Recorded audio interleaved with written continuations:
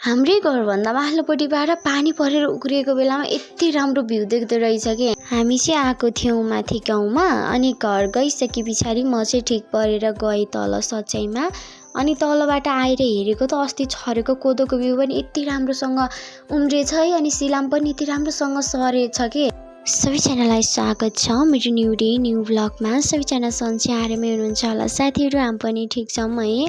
अनि आजको मौसम चाहिँ यति राम्रो छ नि साथीहरू, देख्न सक्नुहुन्छ है। अनि चरक्क घाम चर्केको छ है। अनि त्यसपछि हामी चाहिँ जाँदैछौँ माथि गाउँमा। अनि यहाँबाट कस्तो राम्रो भ्यू देख्यो कि साथीहरू है।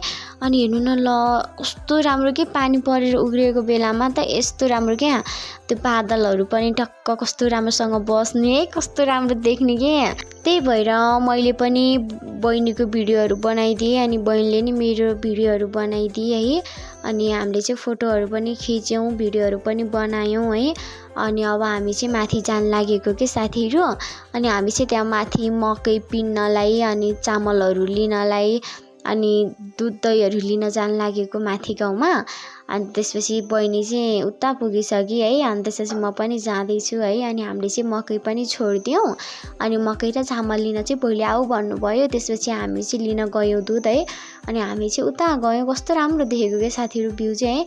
अनि हामीले दुध चाहिँ रहेनछ, दही चाहिँ लिएर आयौँ। अनि त्यसपछि चामलहरू मकैहरू चाहिँ अब भोलि पिन्दिनुहुन्छ अरे। अनि त्यसपछि भोलि आऊ भन्नुभयो। अनि हामी चाहिँ त्यहाँबाट निस्केर पनि तल आइसक्यौँ। अनि हाम्रो घर चाहिँ त्यहाँ तल हो, त्यो घरहरू देखिरहेको भन्दा यतापट्टि हो। अनि यहाँ आयौँ, यहाँ आएर पनि हामीले चाहिँ यस्तो भिडियोहरू बनायौँ साथीहरू, राम्रो भ्यू देख्दो रहेछ।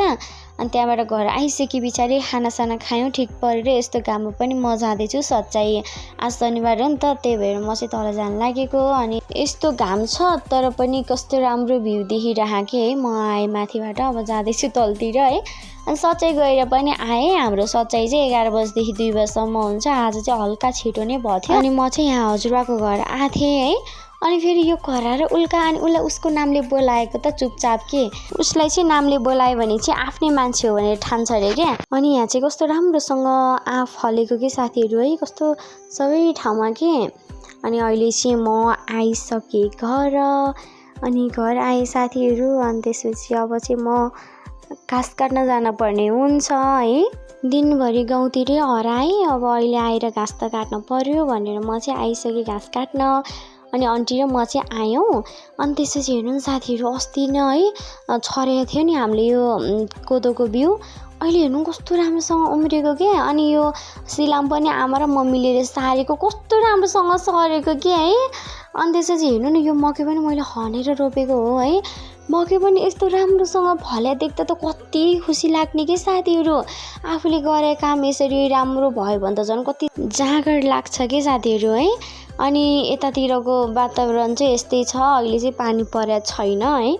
अब एकछिनमा पर्छ होला, पर्ला जस्तो त हल्का हल्का पानीको छिटा त हाने है।